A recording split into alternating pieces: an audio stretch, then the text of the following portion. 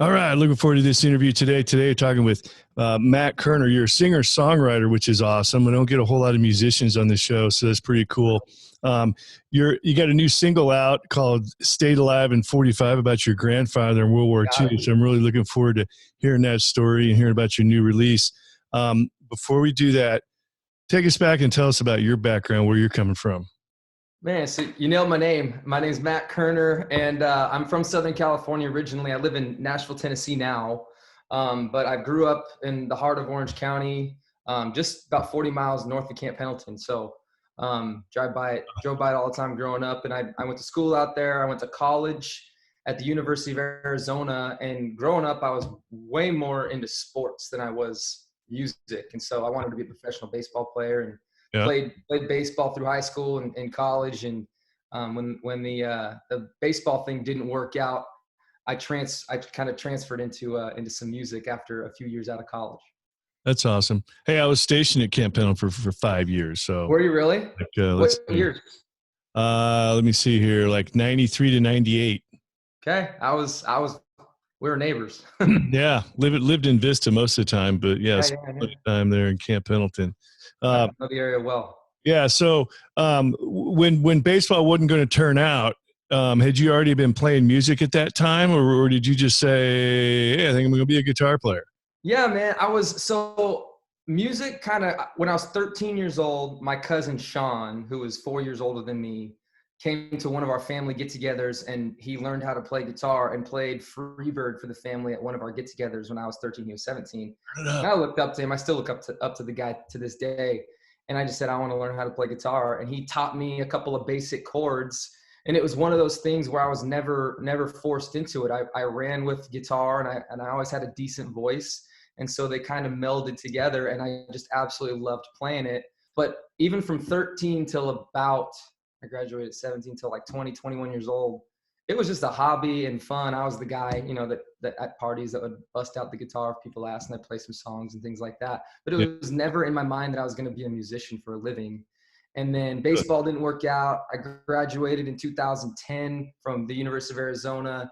And for about 2 or 3 years, I worked a few odd jobs. I just didn't know that my heart wasn't into it. And through all that time, I was playing guitar. And then about 2012, end of 2012, I booked a couple of local gigs for fun. And they kind of took off from there. And about a year went by through 2013 where I was playing these local gigs. And I give a huge amount of credit to my parents. My parents were like, you sound good. People seem to like you. You can write some songs. Why don't you move to Nashville and try your luck in the music industry? And I still think to this day, like, what parents are going to tell their kid at 21 years old to go try that, and kind of a Hail Mary type of career path. But they did. They believed in me, and it's been 7 years, and I'm still doing it, and I'll be doing it for a while. So. Hey, we love Nashville. I mean, it's a great up and coming city, but man, you gotta love the music, and it's amazing. We were there just back in October for just a couple nights, but yeah, we love everybody. I guess Nashville is like the bachelorette party city of the world, practically. Like, man, my wife and I live right about 3/4 of a mile from Broadway, the main strip.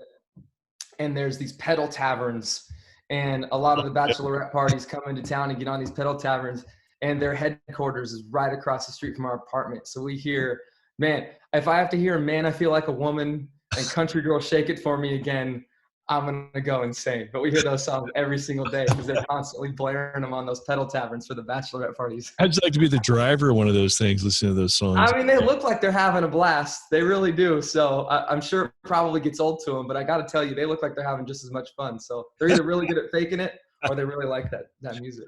That's hilarious. Yeah, you got to love Nashville. So I'm curious, when you first showed up in Nashville, what was the reception like there, or trying to plug yourself into that community? Yeah, plugging yourself into the community has been really fun. I love going out and meeting new people. So that part of it was kind of an easy transition for me. And that's what you need to do here. You have to go out and meet new people and network and go to writers' rounds and go to different parties that people say and talk about. Don't ever say no to things, because you never know who you're going to run into and meet. So that part of it and meeting people has been I'm not going to say easy, but it was a little bit more natural for me. As far as the music part of it, there's so many talented, amazing artists in Nashville that it's a really hard nut to crack when you're trying to make it actually in Nashville. And so for me, I found most of my success has been outside of the city. So Huh. if you can, you write your music and you play the Nashville game and you get into that side of working in the studio and meeting different producers and things like that in Nashville. But as far as playing live and becoming an artist, I have found that if you go to different cities around the country and build up a fan base organically that way, you're able to go back. And then all of a sudden, the next time you go, there's 20 people. And then the next time you go, there's 40 people. And it just grows and grows and grows. And over 7 years, I've found little pockets throughout the country that I'm able to now go and tour and play those places once or twice a year. And Yeah. then continue to go back to those places to build up the fan base organically and then start to go to new places. So it's a slow process, but it's a really fun process because I get to play music while doing it. Yeah, I love the entrepreneurial aspects of what you're talking about because I mean, there's so many things, and you may have in business, you may have the greatest product or service, but if nobody knows about it, meaning Totally. like you may be a great musician, but if nobody knows about you, it doesn't really do I've you good. found, There's a lot of marketing yeah, involved in that. marketing is probably the most important. Obviously, having the product. So my product is obviously my songs and my music, and I'm honestly kind of selling myself as an entertainer. But Yeah, any product, you have to have a great product, and then just as important, if not maybe even more important than that, I think is you got to have some sort of people skills. You have to be able to, for me personally. So in my business, I've built relationships with the people who book music at the bars and the restaurants and the venues and the clubs and things like that. And you cultivate those relationships over time, because if you don't, they could forget about you. And you have to continue to cultivate those relationships. So that's right. something that's been huge for me is you have to have that interpersonal relationship aspect of your business. I'm not saying you have to be everybody's best friend, but you definitely have to get comfortable with being able to talk to people and communicate with people and to keep those relationships up, because people is what makes your business run. People is what's going to buy your product and Right. rehire you. Yeah, you touched on a little point when you're thinking about it. It's like building relationships and get along with people is not that hard, but it's amazing how many people don't do it. Sure. It's just real Well, simple. It's meeting it's people and awkward talking to sometimes. them. Like if you have to go up, it's like cold calling. Like you have to, if you don't know the person and you have to talk to them, it's not a super easy thing to just go up and spark a conversation. There's kind of an art form that you kind of try to figure out. And by no means am I saying I'm great at it, but Uh-huh. like you have to figure out a natural way to start a conversation with somebody Right. who you don't have a relationship with. But once you get that relationship, it's smooth sailing. It really is. Yeah, that's awesome. I mean, it's a great point. And yeah, honestly, I think there's probably a lot of budding musicians out there that don't get that. It's not, and we have 4 kids between the age of 18 and 22, really. Oh, wow. And I talk Congratulations. all, yeah, yeah, thanks. I talk all the time to them about my wife and I too about it's not all about the GPA or how talented you are at something. It's so much more about who you know, and you never know who you know who's going to pay off in the future. And one of the things we talk about on the show a lot of is networking. Yep. A lot of veterans don't get networking, Me and neither. most guys, if you're looking to get out and get a job, you're going to network your way into a job way before something on your resume is going to get you hired. It's the Couldn't same agree with more. developing relationships. You just have to develop those relationships and everything. Yep. And So I think that really does go back to, you know, there's a lot of people who aren't social and don't like to go out and do that kind of thing. And if you can get over that hump, I always tell myself this, you're already at no. What's the worst thing that's going to happen to you? You're going to walk in, it might be an awkward conversation. You're going to walk out and be like, that didn't work.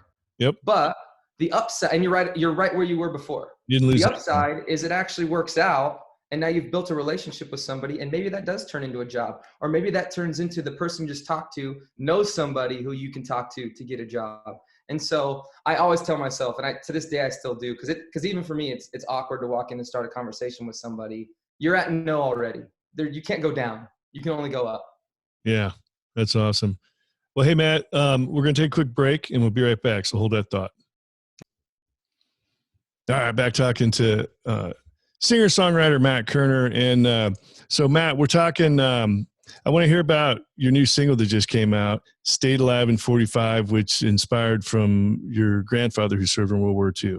Yes, sir. Yeah, my grandpa was a World War II vet, and I know, Joe, you usually have a lot of veterans that come on this podcast. I am not a veteran. Just want to let everybody know. I just want to thank you guys for your service. You guys allow me to pursue a career in music because of what you do for us. So thank you guys so very, very much for your service. But my grandfather was a World War II vet, and the song "Stayed Alive in 45" is all about him and a story that he told me. When I was a kid, I would always ask him about his experience in World War II, and he never wanted to talk about it. But I was 7, 8 years old, and I didn't really understand or comprehend why he didn't want to talk about it. And so kept asking him. And one day, out of the blue, he decided to sit me down at his dinner table and talk to me for 3 hours about his experience in World War II. Wow. And it's something I'll never forget. And so I wanted to write a song about one of the stories he told me. He was 18 years old when he was sent over to southern Germany to fight. And he and 30 men were running along a riverside. They're being chased by a German battalion that outnumbered them pretty heavily. They came to a fork in the river, and on the right-hand side, a bridge crossed over the river. And Grandpa's sergeant stopped the 30 men and picked 5 of them to stay back at the bridge so that when the German battalion caught up, those 5 would slow them down for as long as they could so the other 25 could run off and get away. It was a suicide mission. And Grandpa at 18 was one of those 5 chosen to stay back at the bridge. And he made it through, thank God. And when you listen to the song, at the end of the song, you find out how he made it through. So that's what Stayed Alive in 45 is all about. And the single came out on all music platforms, Spotify, Apple Music, Pandora, anywhere you listen to music, you can find it if you just search Stayed Alive in 45. And then if you look on YouTube, really proud of this, we just released a music video for it as well. If you just search my name, Matt Koerner, or you can search Stayed Alive in 45, it'll pop up. And the music video, the idea behind it is I've been playing the song for about 5 or 6 years. And a lot of people who have come out and watched me play it, that's the song that a lot of people request a lot and they kind of know me by. And so I decided I wanted to include as many people in the video as I possibly could. So I just put out on social media, I said, hey, we're doing a video for Stayed Alive in 45. If you guys have pictures of your loved ones or veterans, please send them to this email. And it doesn't matter if it was World War II, Vietnam, Korea, whatever, recent in Iraq, Afghanistan, anything. Just send them to me. And I got flooded with a bunch of photos. And in the music video, a lot of those people who sent me those photos have been put in the music video. And so it's a pretty special video that I'm very proud of. So please check it out. That's cool. Definitely check that out. Great name and coming from a great story also. So how were you able to, if you were only 7, 8 years old when you told that story, how were you able to remember the details well enough to actually write a story? Were you able to go back and fill in some details with him later on when you just... A really great question. He told me a whole bunch of stories, and there's another one I could tell you too, but I just remember them. And if I'm going to be completely honest with you, maybe I've filled in some details without really knowing it, but that's what I remember from what he told me at 8, 9 years old. And it's just one of those things that always stuck with me. I'll never forget. I was sitting at his dinner table. They had a white tablecloth that has a bunch of holes in them. Like I could smell the house. I could feel the tablecloth. I remember my grandmother coming and putting her hands on my shoulders and whispering in my ear, "You need to pay attention to this because he never talks about this." It's when you have things that you just remember. And that night is one of them.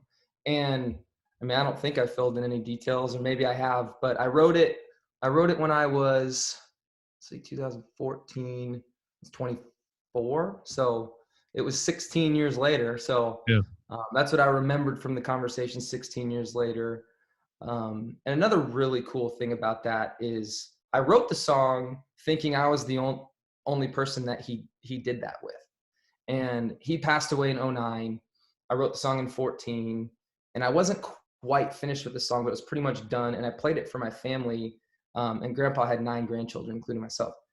And I played it for my family, and each of them said he grabbed us and sat us down individually during that time too. And so it obviously was something triggered in him where he wanted his legacy and his stories to be remembered through his grandchildren.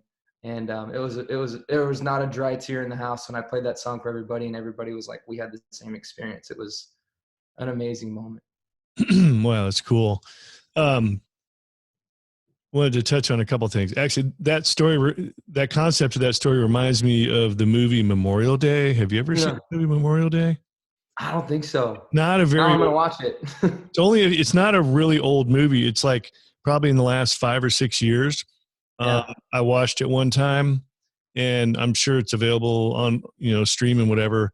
It's called Memorial Day, and it's about this kid who finally he pulls out his grandpa's footlocker, and everything he pulls out of the footlocker, grandpa starts telling a story about it. Huh. And it's really cool because grandpa didn't, same deal. His grandpa didn't like talking about stuff, but there was this footlocker had been locked up since World War II. Eventually this kid went into the army himself and was relating his experiences in Iraq with what grandpa had told him. And, Yeah. it's kind of a cool story, but It's amazing. So that kind of leads me into one other thing real quick too. Like the power behind this song. When I wrote this song, it was a story about my grandpa. And I knew it was going to be special to my family. But the power, I think, behind this song that I've seen over the years is when people who I've never met in my life and they hear the song come up to me after a gig or a show and tell me how it reminds them of their story. And that is really a big reason why I ask people to send me photos. But the power behind the song is the fact that I wrote a song about my grandfather, and there's thousands, if not hundreds of thousands of people, millions of people who have a story about their loved one that song reminds them of. yeah. And when I wrote it, I never expected it to do that, and it does, and it's really neat. At the end of the movie Memorial Day, they flash this quote up. I don't know where it came from, or I don't know if they made it up for the movie or whatever, but it's one of the best quotes. It says, "In the end, it's the stories that matter, Yeah. but only if you tell them." Hmm. Oh, wow. It's like hit me like a ton of bricks. I'm like, holy cow. I, That's exactly what happened to my grandpa. yeah, it's at the end of the movie in Hmm. Memorial Day. So yeah, That's a great, great you quote. have to That's a good song idea. work that into your concert. Dude, I'm not gonna lie to you. I'm gonna write that down as a song idea. That's Yeah, really good. it's at the end of the movie, Memorial Day. In the end, it's the stories that matter, but only if you tell them. So Yeah, um, that's good stuff. that whole concept about people like, a lot of veterans don't like talking about it. I've Yeah. addressed that with a lot of people I know, and I said, with me, it's usually that you don't. It's not that you don't want to talk about it. It's that you only want to talk about it if you know you're going to have a captive audience, Mm-hmm. because the stories that you can tell deserve to have people listening to them. You can't just kind of Sure. flippantly, you know, throw out Yeah. a little story at you know, unless it's like a story of humor or something. You can't really throw out one of these little stories, Sure. cocktail party or Sure. the neighborhood get together or whatever. But so that I think from my own experience, it's usually when people don't want to talk about it, it's because one, they want to make sure you're actually interested to begin with. Mm. And two, they want to make sure that they have a captive audience. So you being a little boy, when you wouldn't leave him alone and Mm. continue to ask, and he knew you were really interested. So Yeah. you wanted to make sure you had to sit at the table and listen to it if he was going to tell it. Uh-huh. I just, Cool. yeah. I mean, my dad's a huge. I think a big reason why I kept asking Grandpa. My dad is a huge U.S. history buff, Mm, and so Dad got me into U.S. history even as a little kid, and then knowing obviously World War II being a huge part of U.S. history, and finding out Grandpa was a U.S. or was part of World War II is, I think, why I kept asking him. And I mean, I will never have the experience of being a veteran or being a soldier in combat and things like that. And so I can't even imagine what guys like you go through. But I mean, I can think of it as a human being, and it really kind of sobers me to think about the stuff that I, complain about or get down about. And I think about, I had a quote on my phone forever, and it said, it was on my home screen. It said, "Grandpa fought in World War II. What are you afraid of?" Mm-hmm. That was it. And it Awesome. was it was a huge motivator for me. That's great. Um, Shifting gears a little bit, I'm curious, you're there in Nashville, singer-songwriter. Are you able to scrape by being full-time at that, or you got to keep a side job? Man, so there's a longer answer to that. I have to give a huge shout out, and this goes back to networking and building relationships with people. For me, I've been able to make a great living. Not a millionaire by any stretch of the imagination, but I'm also not a starving musician. I think there's a misconception between you're either a superstar or you're eating mac and cheese every night for dinner as a musician. Yep. There's a massive gap in between that where you can make a good living as a musician. But the key to that is building a fan base. And then that fan base, a lot of those fans become friends. And those people, they're always going to be fans, but they continue to come out and support you. And Mm-hmm. they'll, if you come out with a CD, they'll buy the CD. If you come out with t-shirts, they'll buy the t-shirts. They'll come out to your shows and tip you. And a huge part of that, and I tell people this who start to get into music, is if you're playing gigs and you're on a break, that is the most important part of your gig. If you're playing at a bar and Yeah. you don't know anybody, but you've been playing and people have been engaging with you while you're playing, do not go to the bar and have a beer. Go to that table, and if it's strictly a thank you, here's a CD for free or a card or something like that, please follow me on social media. If it's just that, that's okay. But most of the time it develops into a conversation. And now all of a sudden you're not just the musician at the bar, you're the guy who played music that we loved and then came over and had a chit chat with us. We're for sure going to come back and see you and come back to your gigs and support you. And so if you do that over time, you build, it's hard to call them fans because fans that just has the connotation of they're just fans of your music. You develop a friendship with people. And in that, I have developed a ton of friendships, and those people support me through my music career. And they will continue to support me through my music career. So I'm forever grateful and indebted to the people who support me, not only coming out, but they support me financially. And that's the reason I'm not eating they're the reason I'm not even eating mac and cheese every night for dinner. They're the reason I'm able to have a good living and continue to be a musician. Yeah, I really love your perspective and how you've totally amplified to everybody listening your ability to network and build relationships. And there's a lot of musicians that don't do that. They're like, I don't want to go talk to the crowd. Like, most don't. Why are you in music? You don't want to do that. It blows my mind. It really does. I'm gonna 30-second rant. The guys and girls who just want to play music that they love to sing, and they don't want to play the Sweet Home Alabamas and the Wagon Wheels and stuff like that. You have to play that stuff to suck people in and then develop relationships, and then they're going to want to hear your music. And that's how you develop it. If you just play stuff that no one knows, no one's going to pay attention. Anyway, that's just my 2 cents. Yeah. Sometimes I don't know what you would call that. Sometimes musicians, but business owners do it too. I love this product I developed and people should just buy it. Yeah. No. Have you asked people? Yeah, if you have a product, like if you have 10 SKUs. Yeah. And one of your SKUs is selling 80% of your business, the people who don't play those big songs is like taking that SKU out. Oh, my cat's here. Taking that SKU out and losing 80% of your business. Yeah. How in the world? Come here. That's hilarious. Be great for those that only listen to us on iTunes or whatever. You can only get the audio, but I do post this on I do post the video on my YouTube if you want to see Matt's cat show up. Oh my God, that was hilarious. Yeah, and his backside. Yeah. Anyway, but that's my point. Like if you have one product that's making most of your money, you take that out. That's basically what musicians do when they want to play just music that they like that no one else knows. It's like, you need to have more sense than that. If you want to make money, if you just want to be a musician and you're doing it for fun and you don't care, do it. But if you want to make it a small business, you got to suck people in with the songs that people know. Right. And like the example you used with this, you got 10 SKUs and one of them is making 80%. you Yeah. need to really, really pay attention to that one SKU and do more or figure out how to blow that one up. Exactly. Yeah. I honestly, that seems like business 101 to me, but I guess some people It don't. really is. But, I think business 101 is, it's Yeah. people get too proud or, pigeonholed Yeah. into something. In the military planning process, we call that falling in love with your plan. You're like, no, Yeah. we're going, I got this great plan over here. Like, yeah, but we're not attacking that hill anymore. We're attacking the one over here. But I got Yeah. a really good plan over here. Like, well, that's not where the enemy is anymore. Yeah. You need to be So, able to deviate and yep, fluctuate and go with the flow and follow what the success is for yeah. sure. Really, like when music, when you're putting songs out there and you're paying attention to what the feedback your audience is giving back to you, they're telling you what they want to hear. They're telling you Absolutely. what they like. And so you I have do to that feed all the off that. time.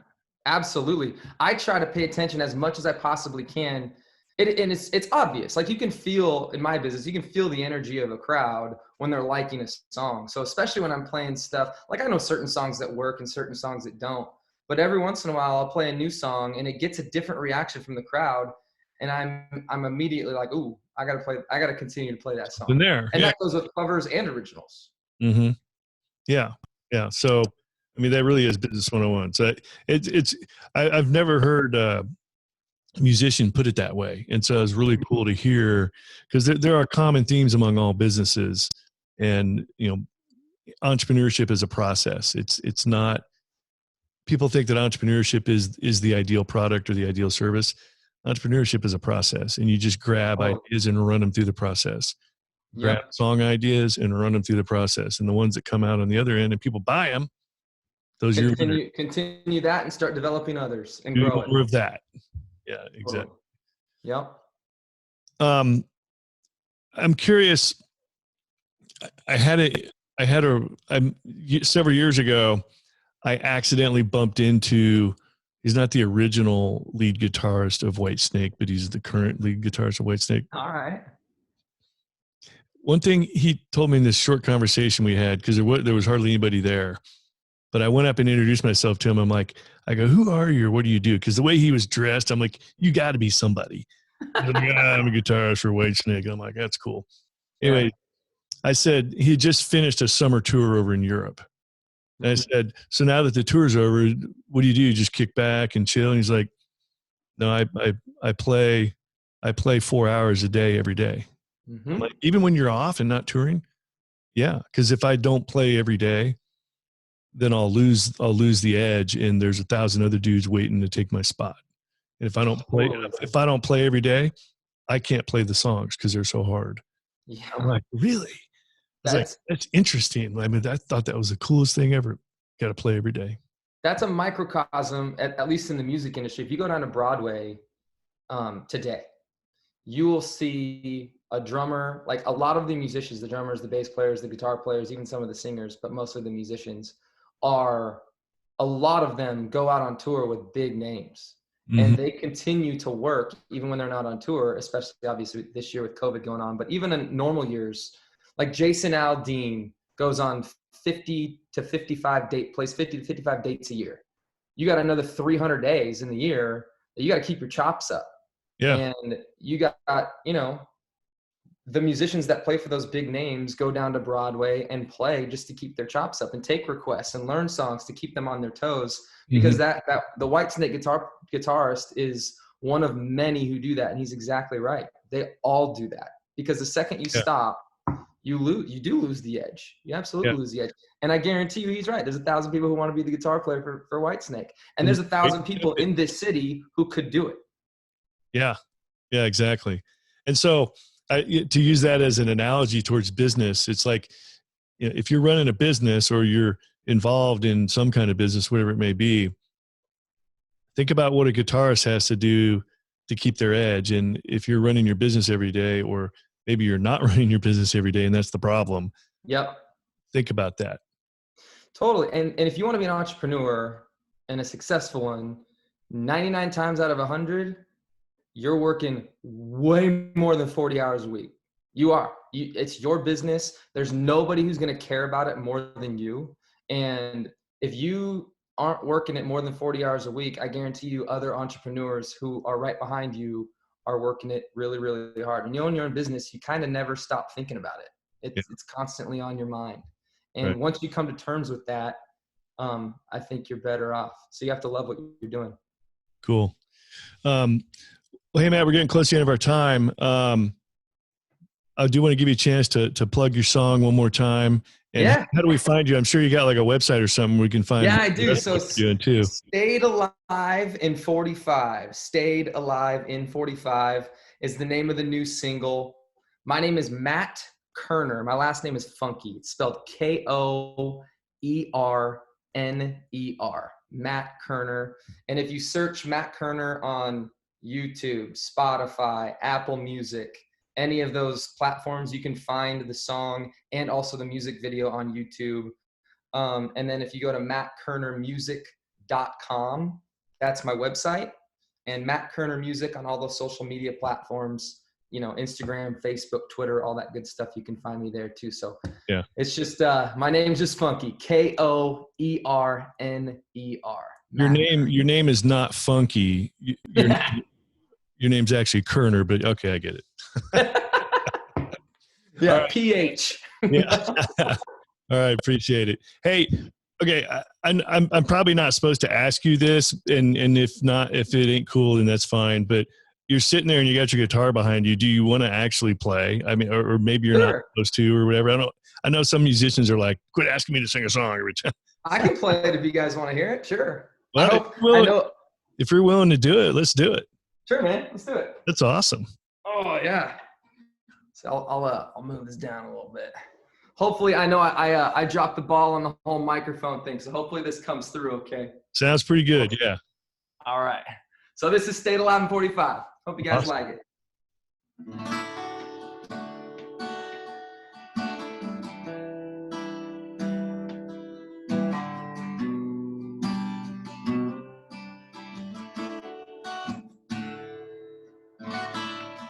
Hey boy, won't you take a seat? Grandma fix you something to eat. Got a few things I'd like to say to you. Haven't spoken words since the fight, but I want to talk now, only God knows why. Take a couple minutes, can I have a few? You told me a story that I never heard. And I hung on every word. Just a few years older than you, they sent me to a place I barely knew.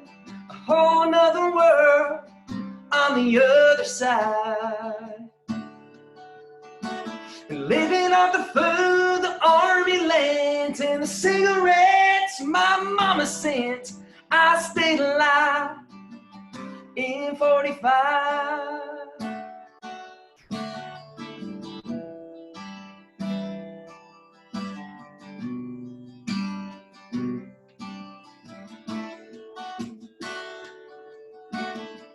Along the riverside we were running. Yes, son, you could hear 'em coming. Came to a fork bridge on the right.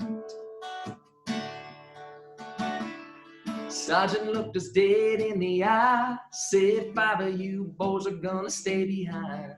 Slow 'em down so we can run into the night. I heard my name and I started to shake. For my brothers to live, yeah, I know what it's gonna take. So we hunkered on in and I said a prayer. I talked to God like he was standing right there. I got so much to do before I die. People always say there's a greater plan, but I swear to you I'll be a better man if I stay alive in 45. Well, I've seen the sights and I've heard the sounds of a lot of good men ground. But I ain't going out like that. There ain't no way. 'Cause it's not my day. It's not my day. You got so close, I could see their breath. They looked right, but they went left. Should have seen it when we ran like hell. Today I'm living well.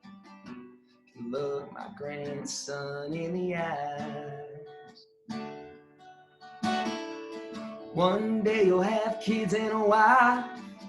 You can tell them they can sleep tight.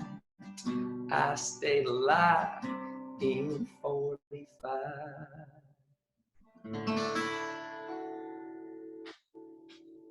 Yeah. Stayed alive in 45. Bravo. That's awesome. Man. There you go.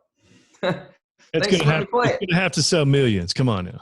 I hope so. That'd be great. I really appreciate you doing that, man. That's awesome. So especially on the spot like that. No problem. Thanks for asking. I get to play music for a living, man. I'll play for whoever wants to listen. I appreciate it. That's awesome. Hey, Matt, we're over time, but it's been well worth it. I appreciate you being here and telling your successful singer-songwriter story. And next time you're looking for a song on Spotify or wherever to listen to, Stayed Alive in 45. Be a good one. Yes, sir. Thank you, Joe. Thank you to all your viewers and listeners. I appreciate you guys. You guys have a wonderful day. You bet. All right. We're out.